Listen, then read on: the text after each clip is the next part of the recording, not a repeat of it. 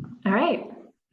I say we go ahead and get started. Luann, do you want to start us off? Sure, Natalie, thank you. So good afternoon, everyone, and thanks for joining us. I'm Luann Beninati from Let's Grow Kids, and I am so pleased to welcome you all here today to have a conversation about how to flex your digital advocacy muscles. We have folks here today from Let's Grow Kids, Vermont AUIC, and community early childhood education leaders. And we know you're joining us at nap time and, fitting us in. So thank you for joining us. We're thrilled to have you here with us. And whether you're here to learn about how to promote your childcare business, strengthen your communications with families and community, or as an advocate to work with us in service of Let's Grow Kids' mission of quality, affordable, and accessible childcare for all Vermont families, I know that you'll walk away with valuable tools and techniques. Our main focus of this session will be on advocacy of our mission, of course, and we know these tools can be used to manage your work and advocate in other ways as well. So I'm impatient to get going, so I'm going to hand this over to Hannah Reed and Natalie Glynn from Let's Grow Kids to get us started. Hello, everyone. Thank you so much for joining us. My name is Hannah Reed. I'm the Communications Director here at Let's Grow Kids. Thank you so much, Luann, for that great intro. So yeah, I know you're not supposed to, do disclaimers right before you start talking, but I'm going to do it anyway. I just wanted to say a couple of things. One, this is the first time we're running this particular training. And so, we're going to send an email. We would really love your feedback. My goal is, to see if we can get this done in 45 minutes. I know we're all really busy and have a lot on our plates. So we're going to try to keep it tight and still leave a bunch of time for questions and answers and discussion at the end. So in service of our of efficiency, there's a lot of slides, and we're trying to strike the balance between guidance that we're going to provide here and providing this tool that you can take away and use and digest in your own time and really make it your own. So there's slides that we're going to take some time with and sort of read through and discuss, and then there's other slides that I'm just going to zing through. I'm going to let you know sort of this is what's here, and you can go back in so that we don't spend the next 45 minutes reading out loud to you, because I think, yes, you probably already had reading time in your programs. So that's the sort of little upfront. As Luann said, the majority of this content is really focused on advocacy on behalf of Let's Grow Kids and Vermont AUIC and campaigns and in service of investing in and building a strong and stable child care system for Vermont that works for all Vermonters. So we're just going to start with the big picture and some pretty obvious intros, but I think is the right place to sort of begin, which is advocacy campaigns thrive on volume. So, the more voices we have talking about the importance of childcare, early childhood education, the more effective Let's Grow Kids and Vermont AUIC are going to be in driving change for our state. That said, and again, a funny thing to say to early educators, because everybody knows quality matters. 50,000 robots is not going to get us there, but 50,000 Vermonters who are passionate about childcare with powerful individual stories, telling their stories and advocating for Vermont kids and families and early educators is going to help us achieve our broader goals. Next slide. So, we're talking about unique voices and alignment equals impact. So, everybody has their own story and has the power to tell that story. And, everyone has a unique voice and a tone and an angle. And social media allows you to customize your own platform with your own, not that you have to build your own brand, but everybody sort of has that already in the sense that you all have unique voices and unique stories to tell. So, we can all use our social media channels and our own individual networks to share our story, raise our voices, and really engage in community advocacy and organizing through social media and email digital tools. So we're going to dig into some of the details of how and what those tools are and what they're used for in a minute. I also, and so we'll get into more of this, but one of the really cool things that social media in particular, and also email, have built into them are like hashtags and common phrases and other tools that allow us to connect all of our language, even like just very passively, right? You don't have to do anything. You don't have to make the connection. There's ways that social media for organizing allows us to really easily amplify our messages across communities and across the state. So we're gonna talk a little about how to do that.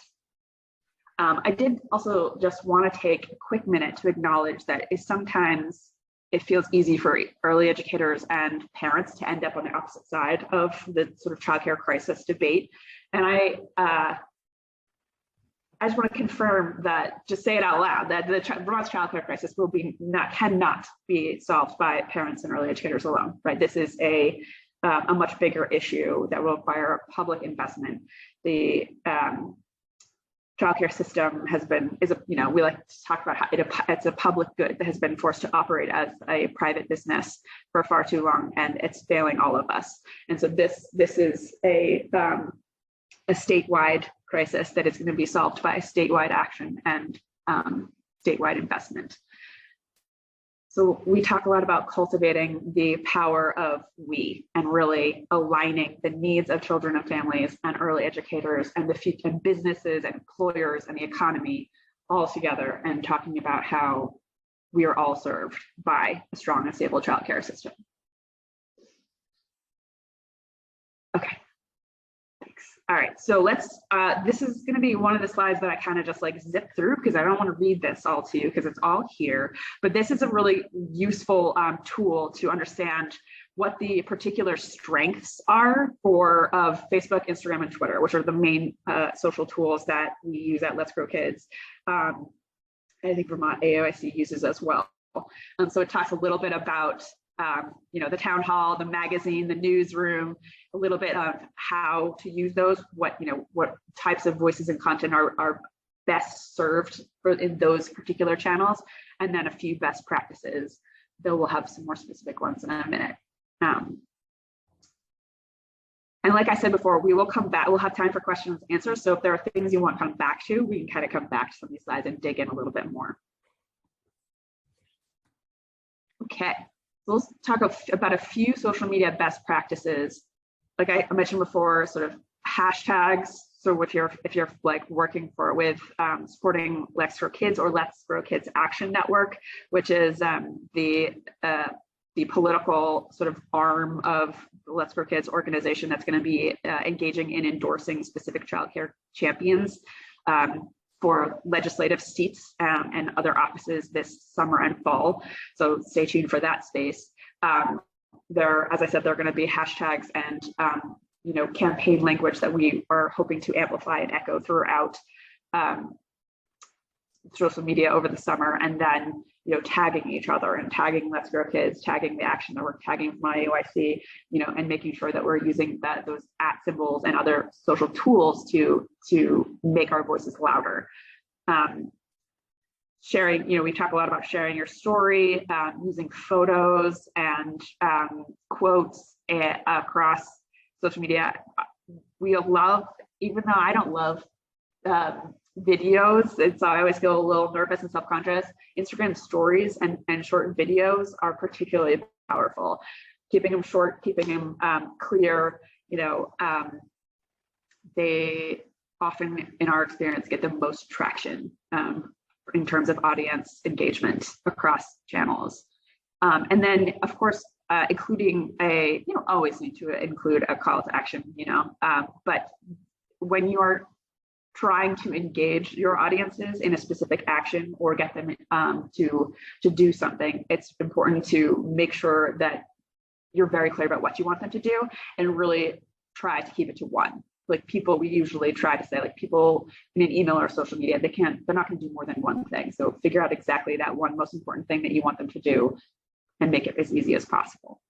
And then we'll send these again later, but there's the Let's Grow Kids and Let's Grow Kids Action Network links down there, and we can send some of the Vermont AOIC ones later in case you don't already have them. So I'm sure many of you I think they're going to be embedded in some of the tools we send as a follow-up. So this is, again, some additional guidance, just because it's hard. It's maybe for everybody. I'm not sure. I'm certainly not a natural, and I've had to learn how to do this when you're doing videos, either of yourself or of your kiddos or of your staff, or you know, in terms of advocacy, recording stories, and both some guidance on content, but then also how to do it so that the framing is right. And it can be, because if you do it, you know, like vertically or horizontally, it matters for when you want to post it. And then also, you know, lighting and sound are more important than you might think in terms of how it comes across and how audible and impactful it is. So there's some quick guidelines for video, for video assets. Email practices. Let's Grow Kids, as I'm sure you all know, also happy to have feedback on volume of emails that you're getting. We have a robust email program that we run from both Let's Grow Kids and Let's Grow Kids Action Network. It's a really great way to share information, share photos, share resources, share links. It just provides a little bit more flexibility and space for storytelling. So I know many programs have a regular newsletter already, but you know, that, in which case that's a great way to just add a bullet or add a section around advocacy, or you know, what it is that you know are most passionate about, and how the families in your program or your community can get involved and get engaged. And again, we also try to be clear about what the call to action is, make it easy, and we try not to overwhelm folks with too many things, like kind of focus on one or two specific calls to actions. In terms of, you know, Vermont's Child Care Campaign and Let's Grow Kids and Let's Grow Kids Action Network, following all of these organizations and making sure you're signed up for those emails is a great way to get the content that you can then add and then help spread the word.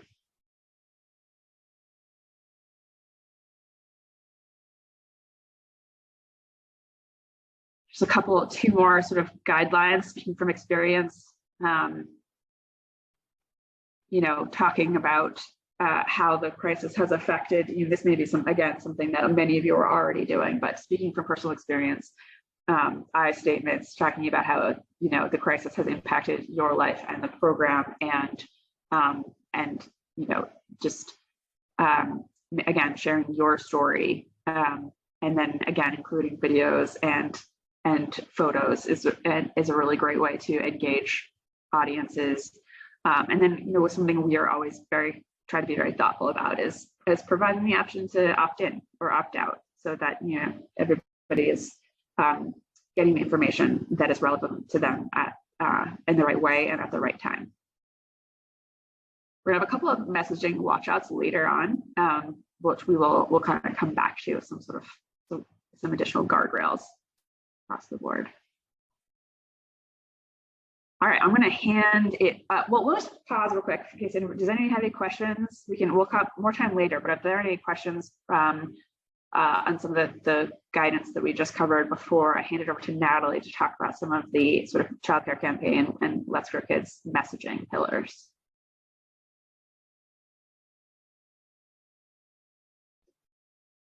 Okay, we'll have some more time later.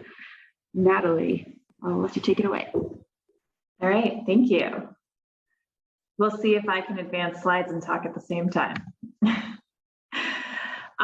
So I'm sure most of you are very aware of a lot of our messaging pillars, but I'm just going to walk you through the ways that we talk about the campaign to kind of give you an overview of like some of the data points that we often use.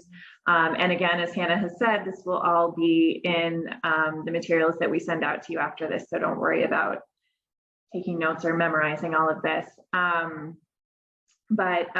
So one of the main ways we talk about the childcare crisis is access and affordability. So I'm sure you've heard us mention this data point: 3 out of 5 of Vermont's youngest children don't have access to the care they need. And COVID-19, of course, has made that incredibly more difficult. And we have lots of data around how many more childcare spaces are needed to meet the demands. We also know and talk a lot about family affordability because a lot of the folks who are seeing our social media posts and reading our emails are, have joined the campaign because they are struggling to afford childcare. So we have a lot of data around that. And the messaging on these slides was written specifically to come from the point of view of an early educator talking to the families in their program. So we tried to personalize it a little bit. And then we also talk a lot about the importance of the early years, brain development, and the importance of equity, and how childcare access to high quality early childhood education is a crucial part of creating an equitable society. So it's not on this slide, but we often talk about how 80% of a child's brain is formed by the time they're 3 and 90% by the time they're 5. So, that messaging, we leaned more heavily on that earlier in the campaign when we were doing a lot of public awareness, but it's still really impactful for people to hear, I think. And we know that high quality early childhood education supports a more equitable future for all of us. And I included here NACY's, sorry, I can't see the bottom of my slide, but NACY's position statement on the importance of equity in early childhood education, which I think is a great, is a beautifully written statement. And then we also have a lot of great data around the economic impact of investing in a childcare system in Vermont. And we recently released a report that details the annual economic impact of a fully funded childcare system in Vermont. So we have some great new data around that. This slide in particular is talking about what happens when we don't invest in an early childhood education system, which we are all very aware of. You all in particular, I am sure. So this is a good example of how we identify the challenge. And then we threw in this infographic from our recent report that I just mentioned, but there's some great data in here, and you'll have access to all of this afterwards. But basically, this lays out for you, what the annual savings or the annual impact that we would see if Vermont had a fully funded comprehensive childcare system. So there's some pretty big numbers on here. It's exciting. So we just pulled out some high level data here, and two of the, the general messaging points that we've been using when we talk about this data. So when we invest in early childhood education, there's an immediate impact on Vermont's economy. So you can see here $99.1 million annually in savings for families, and $202.8 million annually in childcare industry growth, which would include an increase in annual wages for early childhood educators. So we'll send around this link, but you can find a lot more information on the economic impact page on our website. So we often, in our messaging, we'll talk about the challenges we're facing, but we also like to point people towards the solutions that we are all working really hard towards. It's important to give people hope. So we know that the solution is going to require an investment, and that's what we are working towards in 2023. And Hannah mentions that we'll be doing a lot of work over the summer and in the fall, trying to get childcare champions elected into the legislature. So we're working towards this childcare ask in 2023. It's going to be, a big ask, the biggest one we've put forth so far, so it's exciting. And we also know that, we have this incredible opportunity right now that there is a lot of turnover in the legislature this year, which means we have this amazing opportunity to ensure that the folks who are getting elected know about our issue and know how important it is that, that we have a fully funded childcare system, and that they can see the potential economic impacts that we talked about earlier. So here are like some very high level messages that we've used over and over again, trying to help people see what the future could look like with a comprehensive childcare system, with funding for a comprehensive childcare system, and trying to unite people behind this common cause. I really loved how Hannah framed up that, like, the power of we conversation earlier, but we really do want everyone to see themselves in this solution. So a couple of key calls to action that we're elevating this summer. If you're wanting to highlight these in your outreach, we are always asking people to join the campaign, which right now means signing our petition. During the 2022 legislative session, we were asking for people to sign on to our agenda. So that always can shift, but we're always, putting out this general ask.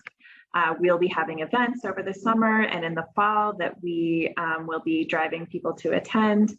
And pretty soon we'll have a candidate dashboard up and running so that you can send messages to your candidates, and you can share a link out to that.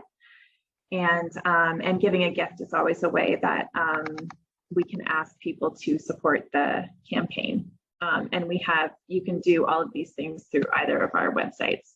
So I wanted to show you really quickly a preview of an action center that we've created on both LGK and LGCAN's websites. So on the left, you can see I don't have a scrolling version of it, but we have very similar action centers on both websites that will help you accomplish all of the goals that I just mentioned in the previous slide. But this is a great place to send folks when you're advocating for Let's Grow Kids. All right, I'm going to turn it over to Hannah. Thank you. That was great. So I just want to say that's a lot, and it is not in no way our expectation that everybody's going to use all of those messages all the time. Those are we wanted to just provide a sample of the messages that we have found to be most successful over time, that sort of follow the general arc of the childcare crisis, why it's a problem, why it matters to everyone, like all the ways in, and sort of creating that broad picture of why childcare is everyone's business. Talk about solvability, talk about how we can fix it, how we our plan to fix it, what the world looks like when we do, and how you can help. So that's sort of how we break down the sort of different buckets. And then, please don't feel pressure. I know it is, again, this is a lot of information, but finding those key messages that we have found to be effective, matching them up with the community and your audiences that the audiences that you're speaking to, and aligning them with what feels your own story and your own voice. So this is a very sort of like mix and match, choose your own messaging adventure type of tool. Again, if it doesn't feel that way, please let us know, because that's what we're hoping for. And we're counting on your feedback to make sure this is the most useful tool that it can be. A few messaging watch outs to just provide a couple of extra guardrails. we do try to avoid overly partisan language. I mean, this is one of the most beautiful things about childcare as a political issue is it's multi-party, right? There are, it is not a partisan issue. This impacts all Vermonters, all businesses, regardless of political affiliation. So that's, one of the strongest assets we have when we are advocating in the State House. Accessible language. Again, that's an easy one for early educators, but making sure, when you're communicating that it's easily accessible and digestible for your audiences. And this sort of gets back to this next one. No, there are no villains. There's only potential heroes. I'll say that some of the campaign consultants we've worked with they really want us to find, it's like much more effective to find someone to blame, and you get more people to like things when you're throwing blame around, but it's just not the case. This is a system that was set up to fail, and there aren't really villains, but there are heroes and there are solutions, and so that's where we really try to focus our energy and our messaging. There's a lot of data. Again, I know it's probably overwhelming, but really sort of grounding our messaging, in particular around compensation. We found in talking about, professionalizing the workforce and advocating for fair wages for early educators, really leaning on the data and positive framing we have found in our work should be most effective. And just thinking, again, focusing on solutions, focusing on equity, focusing on the data has performed best, most strongly for us across the board. And then just one last quick thing, and I don't want to go too deep in the weeds because even I get confused when I get too far into it, but Let's Grow Kids and Let's Grow Kids Action Networks are two different types of organizations. We're all, all working for, it's rowing in the same direction, but they have two different, very distinct roles. And like I said earlier, Let's Grow Kids is doing the work it's always done around education and outreach and building, driving the campaign and policy action. The Action Network is a different type of organization that is allowed to wade much deeper into the electoral weeds. And so it will be endorsing specific candidates and advocating on behalf of specific candidates who are childcare champions and trying to more directly influence the outcomes of elections in November. So just being aware of which platform you are speaking on behalf of, or driving your audience to based on the content is important. And happy to answer some more questions about how those work later on. I will say that this year, this summer and fall, we're going to be really leaning hard on the Let's Grow Kids Action Network as we are sort of really building, working towards the election and talking about specific candidates and childcare champs. So we're going to pause there. I want to take, yes, so how do we do? Not bad, actually. We have 15 minutes for questions and answers. And so I could dive right in with questions and answers, but we do also have Beth Workman. Nope, is that right? Yes, here with us, who has been a very strong champion and digital advocate for Let's Grow Kids over time. So I wanted to also just give her a quick second to share an example or two of how she has done this work successfully with her program. Yeah, thank you very much. My name is Beth Workman. I'm the director of Robin's Nest Children's Center in Burlington, and I have to admit, my notes are written on paper, but I'm doing this digitally. Back in 2020, just after we closed, and even before we knew just how long it was that we were going to be closed, one of our parents told us that they used Slack at work. And we knew that we wanted to have a good way to communicate with families for those 2 weeks of closure, insert laugh track here. And our use of it has really grown over the time that we've been using it. Slack is free, I think, it depends on how many people are in your workspace. as a nonprofit, Robin's Nest was able to get a free subscription to it anyway. For those of you who are unfamiliar with Slack, it's a communication system that, unlike something like Facebook, is private for your workspace. You can go and use it through the Slack website, and I use it from there, but I also use an app, and you can get notifications and such from your phone. For our workspace, it's the Robin's Nest workspace, but I also belong to the Let's Grow Kids Leadership Circle Slack workspace. So that's another way to connect with other organizations. And I think that if you are the director or owner of a number of different sites, that you could have a workspace for each of your sites. Within the workspace, there are channels. So we have a channel at Robin's Nest for our classrooms, so teachers can share photos and messages with families who are on those channels. We also have a channel for, sorry, our phone is ringing. It's nap time. Maybe somebody will answer it. We also have channels for our board and the committees that work within our board. We have a fundraiser that's coming up, so we have a channel where folks can plan that.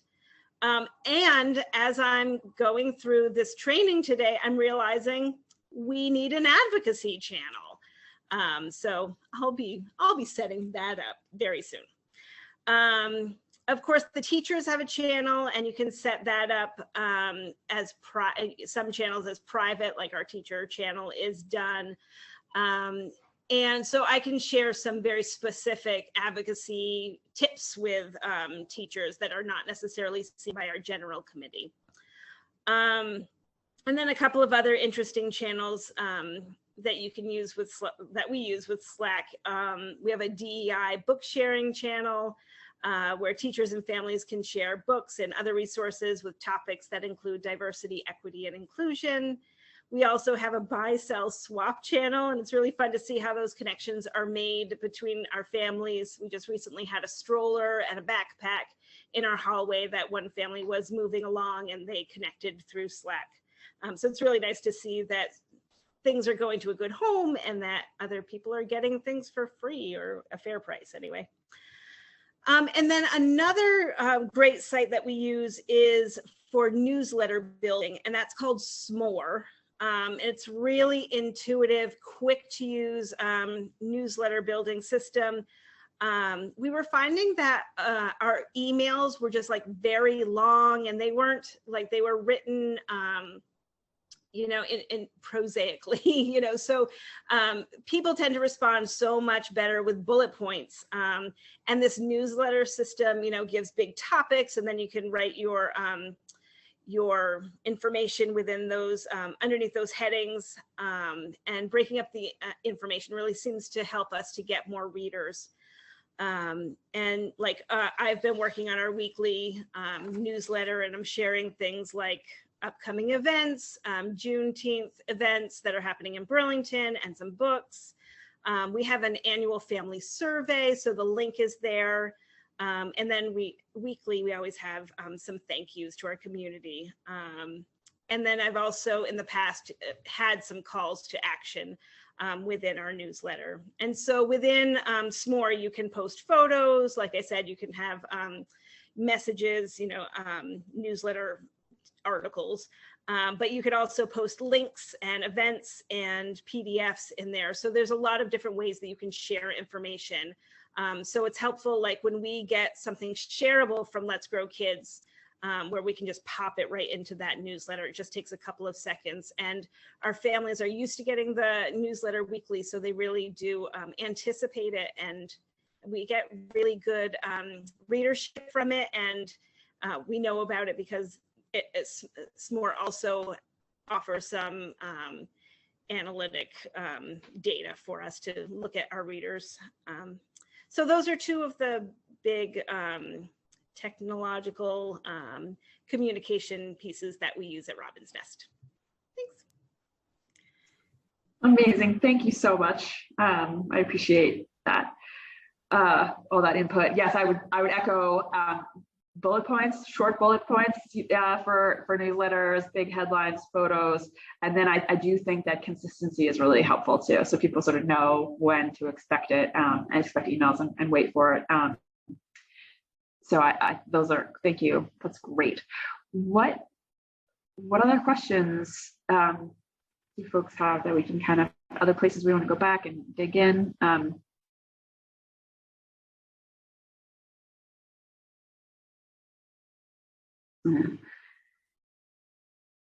This is a great question, Tammy.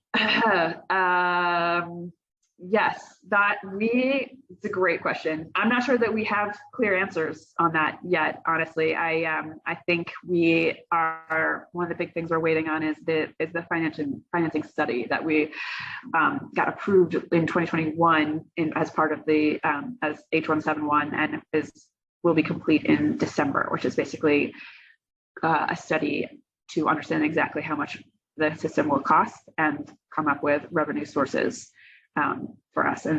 But that's an interesting gap in information for us to try to communicate around, because most conversations do end up there. So Hannah, is that the answer though? I think like the answer is there's a financing study that's starting this summer that will look at the cost and identify revenue sources. That's the answer right now. Yeah, I think, Sherry, I was just going to add that I think that is the answer. I remember back to a long deceased legislator who helped me in the beginning of my advocacy, and she used to say, Luann, it's your job to state the issue and then for the policymakers to find the resolution. And so we need to gather the community will to state this issue as we are doing. And then we have the finance study and a legislature and policymakers who will come up with the financing. So I do think we have the answer. The answer is not finalized yet, but we do have the answer. So I think the positive presentation of that is important. It's being worked out. Tammy, I think that's a great question.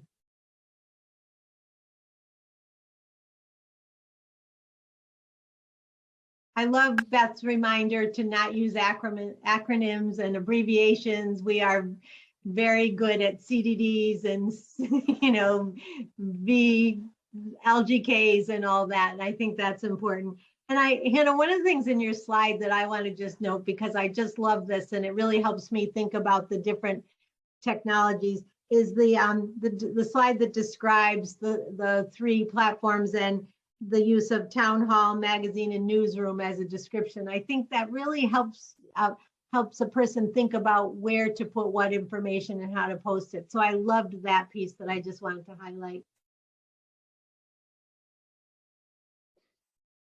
Yes, that's great. Well, why don't we take a look at next steps, and then there's, we have time for more questions if more come up. So tomorrow we will send an email with links to this presentation as it is right now, and then the recording, and then the toolkit that we have developed, which is slightly different in that it's got some of the same information, but what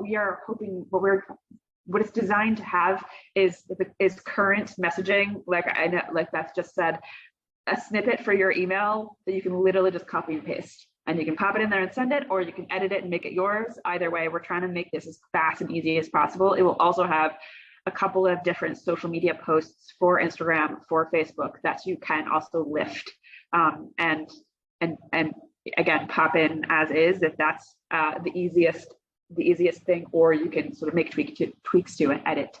And what we're hoping to do is, what our plan is to update that toolkit and send it out to everyone here and to the REC community on a monthly basis, so that it has refreshed language and calls to action based on what we're focused on and what's going on and what we're trying to sort of get people turned out for. So it'll obviously be very focused on the election when it comes to November. And just as soon as I have a better talking point for funding, I will put it in there, and everybody will share that out. So as soon as as we have more information, and as our messaging evolves and gets more clear around candidates as we head into November around funding and around the ask in 2023, we will update that toolkit with that information so that you all have it right at your fingertips and easy to share. So that's sort of what our vision is. And so, yes, next steps tomorrow, email, start advocating, sort of, test it out in a newsletter, whether you're starting a newsletter or just adding, an advocacy piece into an existing newsletter. I think we're going to have some of the initial content. We'll add some language in there so you can sort of introduce Let's Grow Kids if that's, or Vermont UIC or LG Can, if this is sort of a new conversation area for your program, or you can sort of just dive right in if your community is already on board. Just test it out, see what works. Like that's a huge part of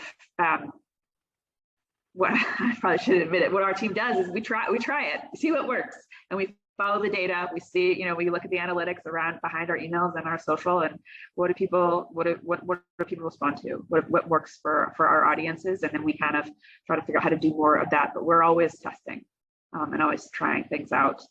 I do want to just call out the LGK Early Educator Facebook page. So there's a Facebook group that is specifically for early educators that Natalie and Kevin, Kevin's here, Kevin Titterton help drive content and moderate. But we are really hoping to build that audience a little bit more and build the conversation sort of muscles for that. So sharing more information, sharing advocacy, sharing what's worked for your program, for your audiences, is really sort of turning that into more of a engaged and community and conversation space rather than just another place for us to be sort of pushing out information, because we know you all have a lot coming at you. And that's a space, in addition to Let's Grow Kids and LG Can social and email, that's a space where we'll be sharing sort of upcoming events over the summer and other opportunities to engage, particularly as we get closer to the primaries in August and then headed towards the election in November.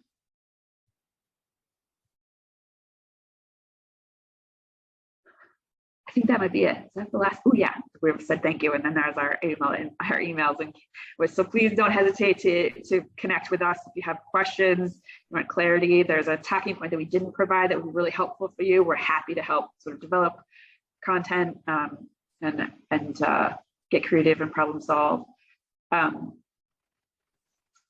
Yeah, I think we have 1 minute to spare. It's amazing. Does anybody have any other last minute questions or ideas?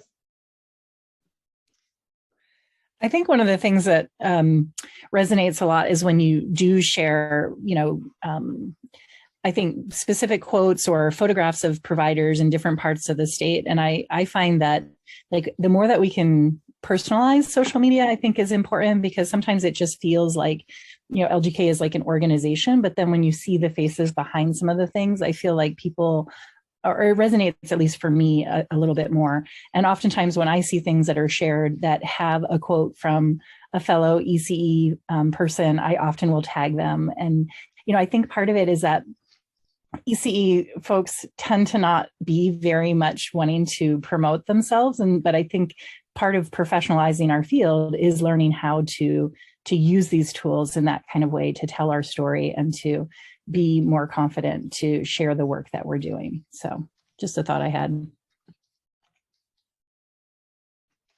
Absolutely. Yes, we have found that as well. And so we are constantly looking for volunteers, just in case that's you're raising your hand, April, for authoring emails, authoring social profile, social messages, just because this is a conversation that's going to be most powerful between early educators, right? And we'd love to help foster that.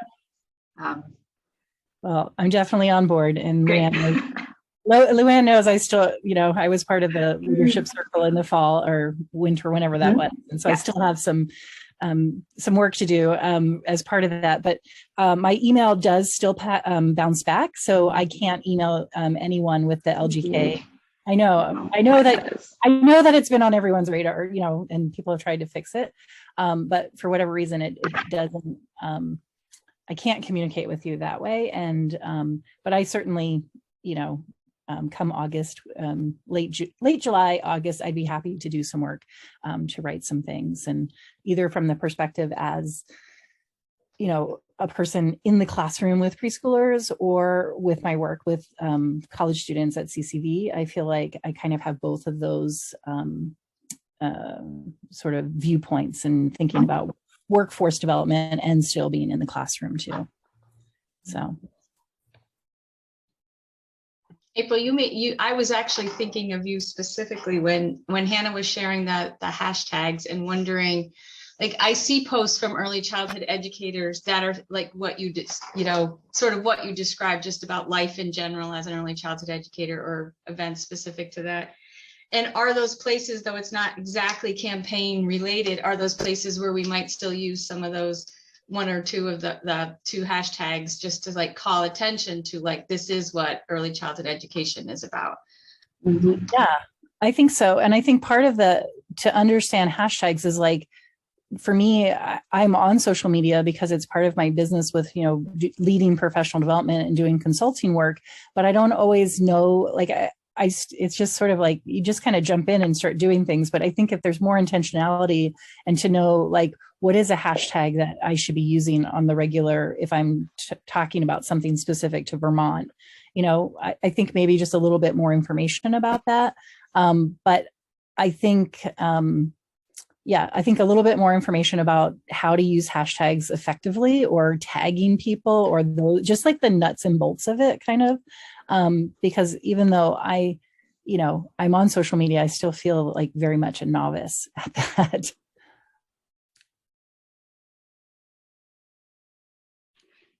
Great. Yes, I think, and that's something we can build into the toolkit. If it's not already there, I have to, but we're sort of hone in on some of the key hashtags that we are using right now, in what context.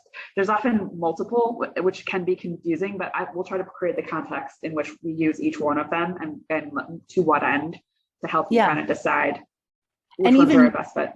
Yeah. And even when we start to use those hashtags, like, I could myself say, like, I use hashtag LGK because I believe in, you know, and so almost kind of like building awareness about, it's kind of the same thing with the acronyms, right? Like, why do we use that? And what does that mean? What does ECE mean? And so being on the task force and knowing, you know, like, this whole thing that we're doing for the last 3 years of professionalizing and thinking about what ECE and that term means, like, that's a story into itself, but it's not one that I ever use, even though I use the hashtag ECE, you know, so just food for thought. But thanks for doing this today. I definitely got some great information, and I'm going to read over whatever you send out. So great.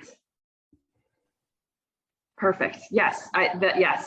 This was a lot. Thank you. Definitely let us know how, when, where we could have gone slower, or where we could have sort of skimmed a little bit more. But we'll send all the sort of resources so that you have them to sort of look through and digest and tweak on your own time. Thank you all so much for being here. Any last words, Luann? You want to close us out?